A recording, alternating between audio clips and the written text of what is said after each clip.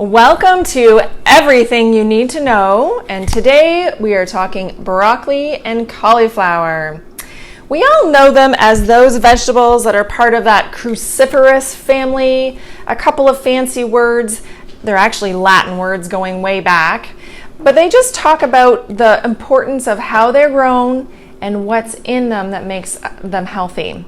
So they're a cruciferous vegetable, part of the brassica family, and other things in that family are cabbage, Brussels sprouts, kale. So those things that we know that when we cook them makes it smell a little stinky in the house. Those are all part of that same family.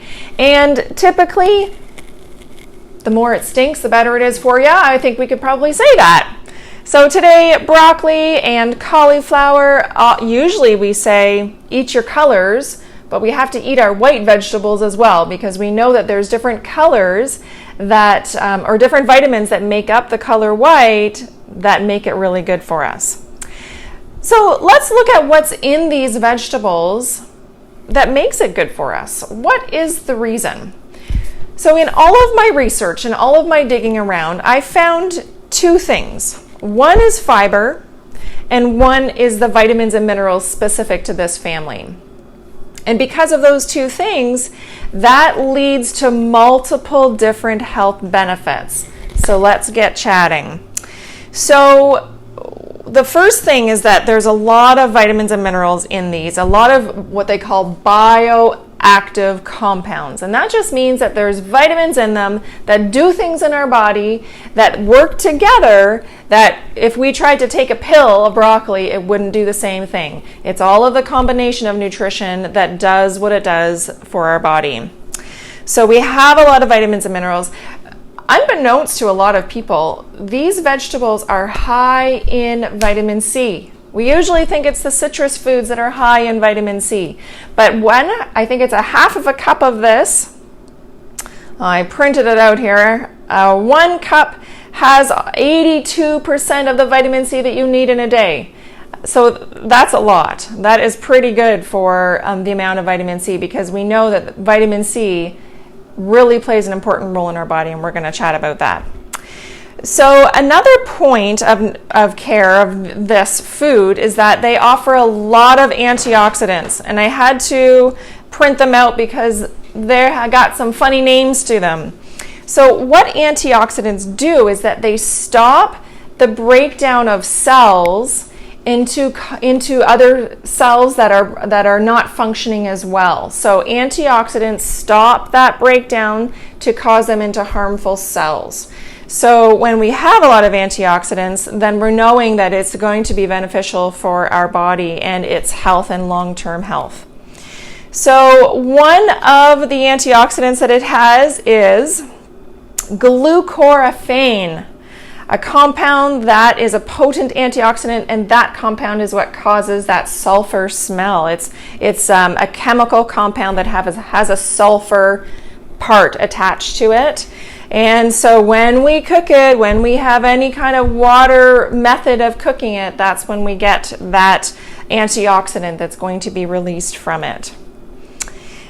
So we do know that our body goes under a lot of what we call stress and cells change, but when we eat vegetables with a lot of antioxidants and a lot of dark colors and a lot of sulfur containing vegetables that might not be dark, well, we know we're going to be protecting our body from this oxidative stress, this stress that goes on in our body. In eating foods that decrease inflammation, that means that we're putting off diseases that might happen to us later on, because a disease like high blood pressure, heart disease, those things are just symptoms of how our body is not handling the aging process or what we're eating or the health of the cells inside. So it's a dis-ease. It's not happy with the ease of life. So we need to really consider the fact that inflammation is that one thing that can happen as we age naturally that is going to lead us closer to diseases. And so anything that we can do to slow that inflammation in our body, the better. So an antioxidant in broccoli and cauliflower that slows inflammation is called camphorol. So this has been studied multiple times in research labs because they know that there's something magical about these foods, and so they finally brought it down to this one antioxidant called camphorol. And so that is a very powerful part of these foods that will decrease inflammation in your body. Very, very big. So when we have lower inflammation, that means that our cells can work better, they can do the job that they were born to do, and then the processes in our body can all work easier, can work better together. And then because of that, the inflammation is less in our body. And we can do that by how? Eating more of these cruciferous family vegetables, and today broccoli and cauliflower is it. So because of that inflammation property, that the camphorol lowering that inflammatory process in our body, we've actually found that these foods can lower the risk of getting certain types of cancer. And that's huge. Pretty fantastic. And I can't wait to show you how to cook some of these so that you know how to eat them and you can enjoy them more often. All right, so another big part of these foods is the fiber. And we know that in vegetables, they are crunchier when they're raw. They're more crunchy when they're lightly sauteed in a pan versus steamed, so they're mushy. We know that in the cooking process, that amount of crunch decreases. And when that happens, that crunch is fiber. We want as much fiber as possible, as much crunch as possible. So one thing that we do know about fiber, and it's been proven over and over again in studies, is that when we eat fiber, fiber will absorb, because it doesn't break down and give us calories. It doesn't do it that way, but it's a type of carbohydrate that will absorb water and other things and keep them in the digestive system so they can't be absorbed to take to the liver, right? Because it's our liver and our kidneys that break down all the different vitamins, minerals, toxins, hormones that have to get broken down, medication. It's only those two organs. So by this fiber absorbing some things from our digestive system, which isn't just food particles, it can be toxins, it can be parts of medication that aren't well broken down.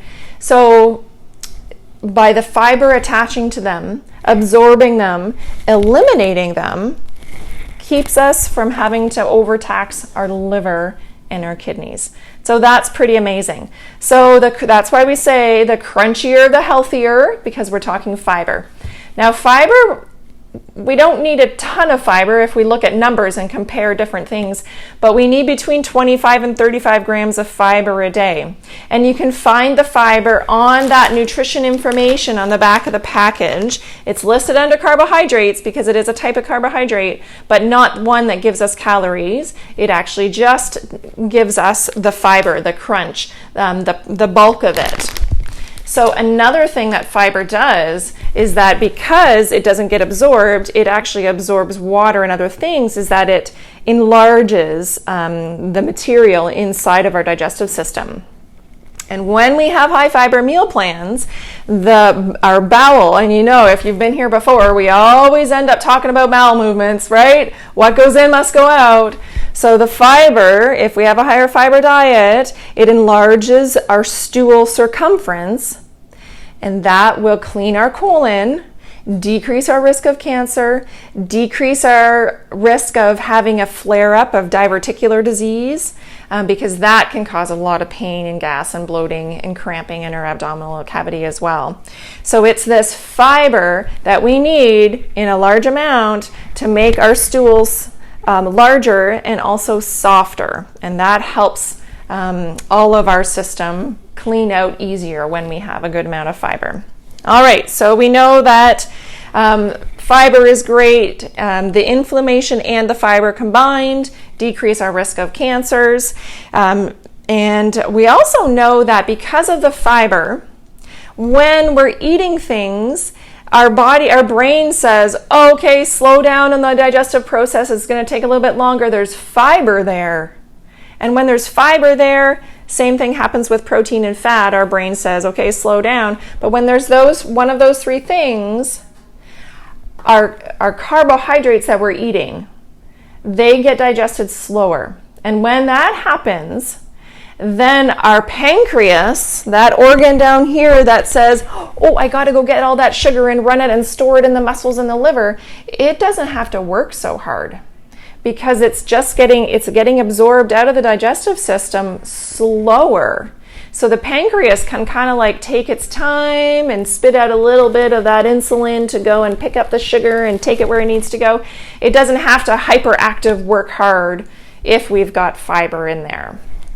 So that's a very important point because if you're experiencing diabetes, then you really need to control the amount of sugar that is getting absorbed out of your digestive system, and fiber is a really good way to do that. So this is amazing. All of these great things that broccoli and cauliflower have inside of them, it's just awesome. Another thing that they've been studying is mental decline is linked to low amounts of fiber. So eat more fiber, have a healthy brain. Crazy, crazy, crazy. Pretty awesome to know that the things that we can grow in our garden, get at the grocery store at pretty low cost can really help so many different parts of our body health today and tomorrow. It's also shown that these cruciferous vegetables can slow the aging process. I know it's inevitable every single day we get older, but anything that we can do to slow that, all of those things that kind of are age related, it's a pretty good idea to do, right? We're not living till 50 anymore. We're living till a pretty good age, so we want to be as healthy as possible all those years. So I mentioned we were going to talk about vitamin C, so let's do that now. So our immune system inside of us, it's the thing that fights off, especially in the winter, right? It fights off colds and flus, but it also helps our body to behave properly when we eat something that it's not really sure what it is and how to break that down. So our immune system is really key to the health of our body. And vitamin C is one of those vitamins that is super important to have at the right level because it really supports our immune system. So we only need about 100, somewhere between about 150 to 200 milligrams of vitamin C active inside our body every single day. And when we eat a half of a cup of cooked broccoli and it gives us 84% of that, we know we're on the right path.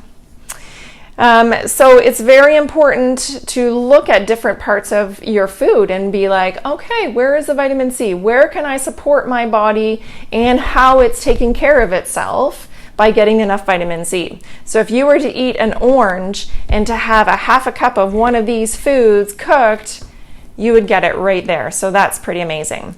Now, vitamin C is one of those vitamins that is really broken down quickly when we're either cooking, when we're freezing, when we're canning, when we're doing any sort of thing outside of just eating it fresh. So you want to make sure that you're cooking it as short of time as possible to preserve as much of this vitamin, and there's a few others, but mostly vitamin C is broken down. So boiling, of course, we know when we touch water to our fruits and vegetables, we know that the water changes color, so we're losing a lot more of the different antioxidant vitamins, minerals into that color, into that water. So we want to be able to cook it in a method where we're not going to be touching water on that food. So we talked before, and we're going to chat today in different recipes. We're going to talk about roasting. We're going to talk about, or another method is sautéing, where you just cut it up small and you throw it into frying pan with a little bit of oil or water and you just move it around really quickly. You can roast, you can steam as well, where you put a little water on the bottom, the vegetable sits up here, and then the steam cooks it. But remember, your ultimate goal is to cook it as small of time as possible to have the most crunch as possible. And of course, raw is great when we're looking at the amount of fiber. Now I know what you're thinking, but eating a lot of these foods causes a lot of gas and bloating and symptoms, right? And I get it. I totally get it. I am the same. So do you know what we need to do? We need to go low and slow. And some of you might only be able to eat these foods in the cooked form because it breaks down some of those hard to digest or hard to have in our body fibers. And by a little bit of cooking, that's going to allow our gut to not have to do that work. So you're going to have to find what works for you. I would really suggest through all the studies that I looked at that it said that a really great idea is to eat a serving, which we know is what? How much? A half of a cup once a week. I think that's kind of easy. And if you're buying one of these, then you're going to be eating more than one serving because you don't want to throw it out, right? So you buy it and then you can divide it up over the week and then you can enjoy all the benefits of it. So chatting with our professional garden growers, Marianne and Rebecca, we know that broccoli and cauliflower is very difficult to grow in the garden. And the reason for that is because there is a lot of pests and bugs and butter and all kinds of insects that love it. If they love it, we should love it too, right? So what we want to encourage you, if you can't grow it, if you aren't going to grow it, appreciate it, right? When you go to buy it, appreciate what you're getting. Because this, for example, in the different methods that we can purchase, you can get one of these at the grocery store. I think that was $1.69. And always look where it was produced because this is only the States, so it didn't travel far. But if it traveled a long ways, it might be pretty limpy by the time you get to it. But this was $1.69 prepackaged. And this, my darling here, $1.99 at Sarnia Produce. Look at that beauty. Now, I wanted to show you something as well because lots of people just think that this is the part that you eat and then this is the part that you throw away. But if you get that broccoli slaw, the broccoli slaw is this part here because they don't want to throw it away and we can definitely eat it. So what we want to try to do is we have to find out where it's too hard and too fibrous because that's not fun to eat. You can eat the whole thing if you want to. You might be chewing for a while. So you kind of just put your knife through here, try to find out where it's softer. And that to me is right there. And look at that beauty. So we've got a circle right in there and you can see that the more dense it is, that green is going to be closer to the center. So what you want to do is you want to take off that dark green part and then you can eat that whole white inside. It's pretty lightly flavored. It doesn't have a very strong flavor. It doesn't even taste as strong as the broccoli buds on the end. So there you go. You've taken off that outside and I would challenge you. Taste that, see how it tastes, compare it to the other broccoli parts, and then know that you can put that in anything that you're eating raw or cooked, wherever. But now you know that you don't have to waste any of that. And really be aware of where you can get these the cheapest. Do your price matching because in the summer you can get a lot for a little bit of money. But we wanted to show you how else you could purchase these. So Marianne found some good frozen products. She found this one. It's a combination of broccoli, kale, and zucchini in the freezer section in a bag. How much?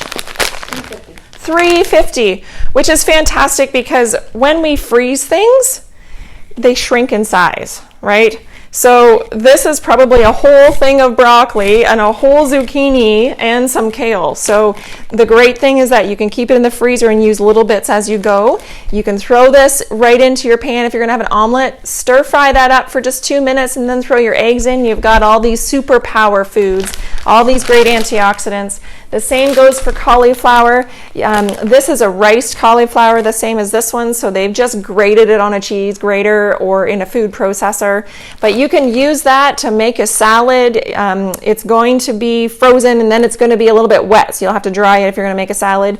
But if you're going to cook it in anything, you don't have to get fresh because the frozen is going to cook up really quickly, especially in this size. So really keep an eye on the different freezer options, because this one here is new. I've seen the cauliflower, but this one's new, so they're always coming up with new things to get that are in your freezer that can keep a lot longer than the fresh. So it's really great when you're going grocery shopping. Aim for 3 colors, fruits and vegetables. Aim for at least 1 fresh. Then you'll know that you're getting the most fiber you can and the most vitamin C. And then you can get the rest frozen to be able to not have to throw out. When you do get it, by the way, this fresh product will stay for about a week in your fridge, maybe a week and a little bit. But the frozen ones, 3 to 6 months in the freezer. But aim to eat your vegetables shortly after you get them. They will taste the best, they'll be the highest in nutrition, and when you bring them home, prep them, put them in a container, cut them all up, wash them up. Then they'll be staring at you every time you open the grocery store saying, eat me, or open the fridge, eat me, and then you won't be able to just toss it because it's in the bottom. So I hope you learned something today. Enjoy your cruciferous vegetables, and now you know lots about broccoli and cauliflower.